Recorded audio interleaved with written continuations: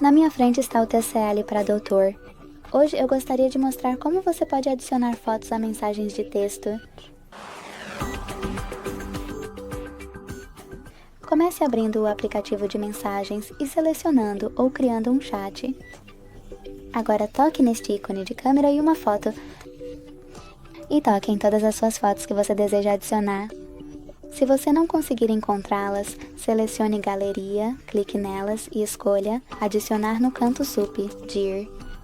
Se você ainda não conseguir encontrá-las, selecione Galeria, clique em Pastas e procure suas fotos. Ao escolher um desses aplicativos, clique no canto superior esquerdo para selecionar uma dessas fontes, ou selecione Imagens e clique na que você escolheu.